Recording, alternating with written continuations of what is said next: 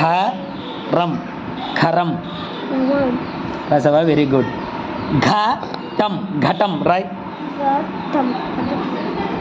ఘ మహాప్రాణాక్షరాలు ఇవి.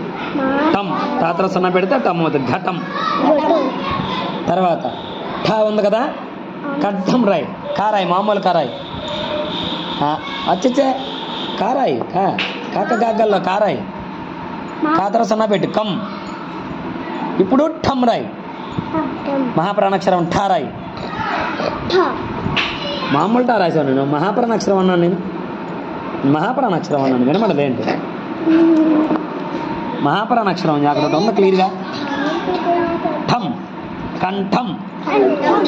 ఫ ఫలం. మహాప్రాణాక్షరాలతోనే రాయాలి ఇక్కడ పదాలు. ఫ లం లాతర సన్న పెడితే లం అవుతుంది. ఫలం అది. తర్వాత భ భరణం భారై. రా నం టాటా డాడల్లో నా ఉంటుంది కదా, ఇగో ఈయన నం. నా అలా రాయకూడదు, బాగా రాయాలి. ఇంకా తప్పిది అలా రాయకూడదు, శుభ్ర రాయాలి. నేను ఎలా రాసి చెప్పాను ఆల్రెడీ. బాగా నెల రాయాలి. నా నెల రాయాలి. నా ఇక్కడ స్టార్ట్ చేయాలి. ఇక్కడ స్టార్ట్ చేసి ఇలా కానీ ఇలా రాయాలి. కిందని స్టార్ట్ చేయి. ఒకవైపు వెళ్ళి అది అలా పైకి రా. అలా చుట్టూ తిప్పి ఇప్పుడు అది సున్నా చుట్టూ. అది భరణం. ఏంటది? ఇప్పుడు ఖగం.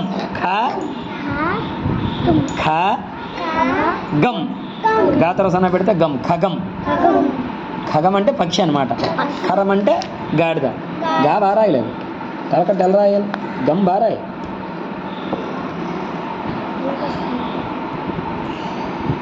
తలకట్టు శుభ్రంగా పోవాలి. అది. తర్వాత ఘ రాయి. మళ్ళీ ఒత్తు ఘ.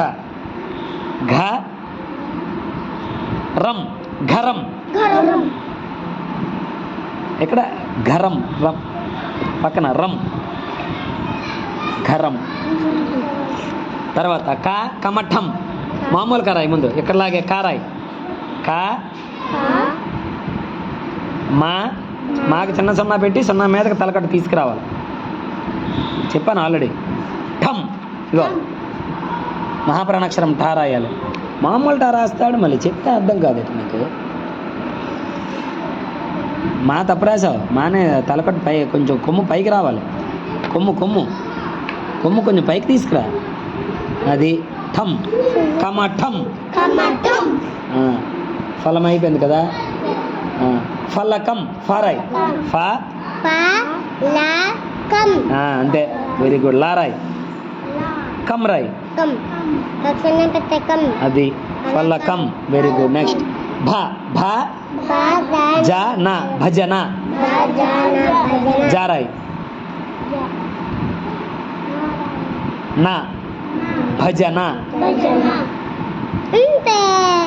Very good. రాసావా?